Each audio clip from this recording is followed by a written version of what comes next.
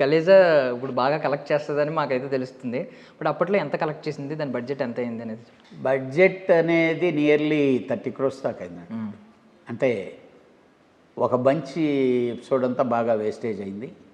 తర్వాత డైరెక్టర్ గారు బాగా సహకరించారు, హీరో గారు సహకరించారు, అందరూ బాగా సహకరించి అంత కష్టపడి వీటన్నిటికంటే మించి నేనైతే థ్యాంక్స్ చెప్పుకోవాల్సింది నమ్రత గారికి. She is also done very good job, like as a partner, as a ప్రొడ్యూసర్గా ఆ సినిమాకి అంత బాగా హెల్ప్ చేశారు మాకు.